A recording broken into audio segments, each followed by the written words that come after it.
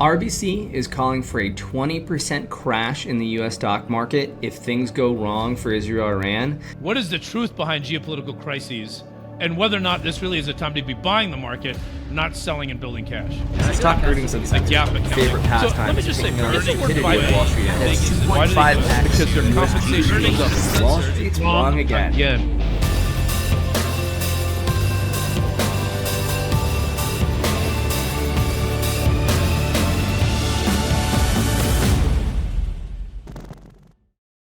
You know, everybody is trying to find a reason to be pessimistic on this market. So, of course, earlier this year, it was tariffs, then everything that was going on there. Now, all that everybody wants to talk about is Israel-Iran and whether or not this is a reason for the market to plummet, right? Investors are betting there's going to be a stock market, a plummet. Everybody's trying to figure out, how has the stock market not plummeted yet, right? I mean, even RBC has come out and said, hey, look, there's a lot of reasons why this conflict between closing of the Strait of Hormuz to U.S. getting pulled and anything else could lead to a 20% drop in the market, and that everyone should be panicked and worried and should be prepared.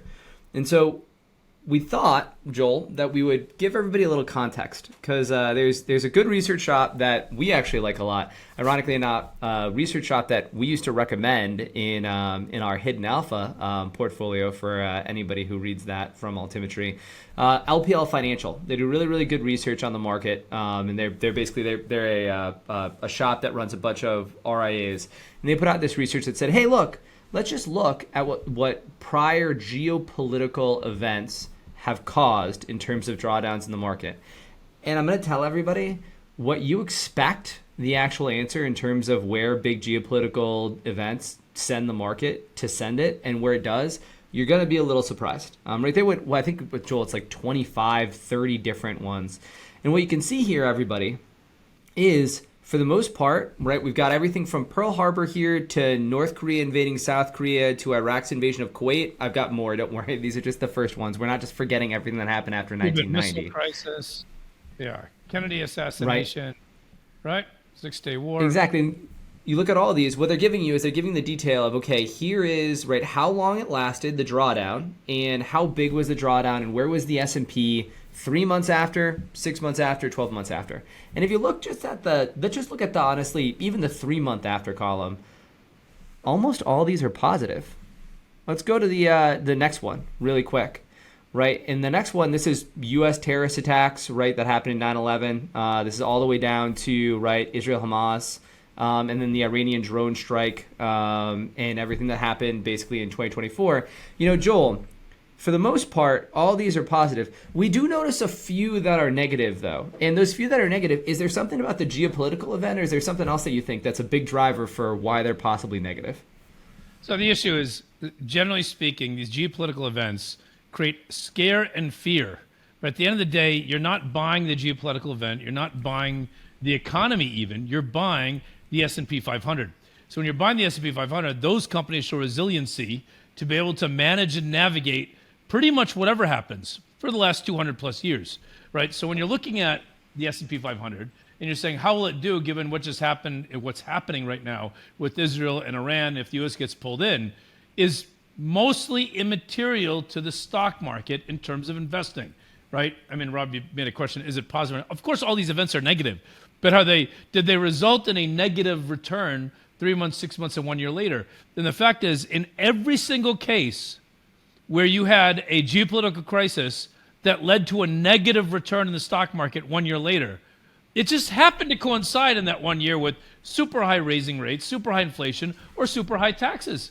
And you can go back as far as you want. I mean, you can go back way before the analysis they were doing here to be able to prove that out. So the issue is, if there's a geopolitical, crisis, the geopolitical issue, a conflict, a war, or whatever, and in all of the respects, the economy is solid, tax rates are low. In the U.S. we're talking about the U.S.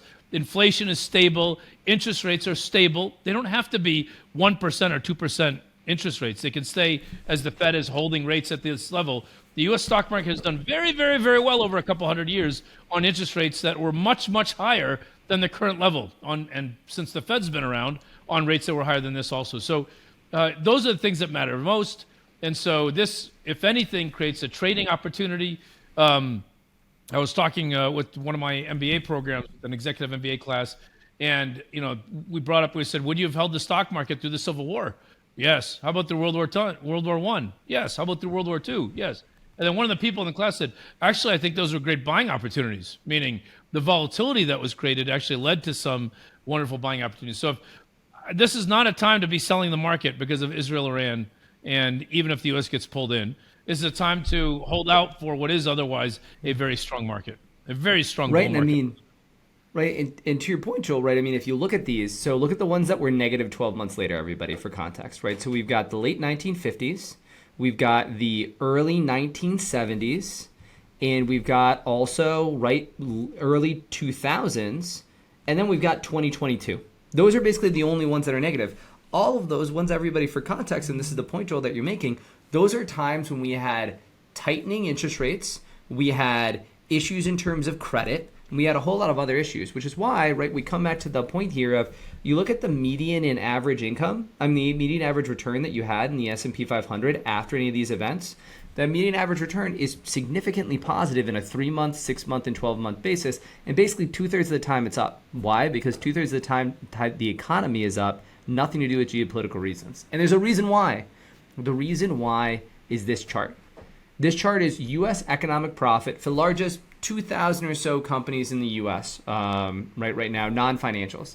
And you notice, right, this chart here includes several of those. Basically, that entire second page of events that I just showed you, this has that. And notice what happens. U.S. economic growth trudges higher and higher and higher. By the way, at a 9.5% compound annual return. And so because the U.S. has such phenomenal ability to drive earnings growth, and that earnings growth is really what drives the market, that's what you need to focus on. You need to focus on that and whether or not we're seeing reasons that we could see disruptions on that. If we look at credit signals, we're not seeing any that could disrupt that. We look at investment signals, we're seeing reasons to be really bullish on that. And that's why everybody we're saying, hey, look, yes, we understand where the headlines are, but this is not a reason to panic right now. If anything, if we did see some weakness in the market, that's a reason to buy, not a reason to run for the hills. And just to get the brass tacks, if you have money that you will not need for at least 10 plus years, all the data says all of that passively should at least be in U.S. equities, if not something even riskier. But U.S. equities, and specifically something like VOO at Vanguard or SCHB at Schwab, these aren't endorsements. We don't get paid anything for that. But those are perfectly good places, VOO or SCHB, where you get the S&P 500, you get full dividend reinvestment ability, and you get to enjoy the economic profits that companies deliver. During this period of this chart that you're looking at right now, how many geopolitical crises of major levels did you have during that time where the media jumped up and down screaming, sell, sell, sell, sell, that you should have actually been buying? So if you are dry powder and you have cash on the sidelines, we'd say get in the market and spread it out over the next 8 months. Over the next 8 months, right, as a dollar cost averaging, because we are getting some buying opportunities here. Exactly. And everybody, that's today's Altimetry Authority show. If you enjoyed this conversation, hit the like and subscribe button and leave us a comment. Thanks, everybody.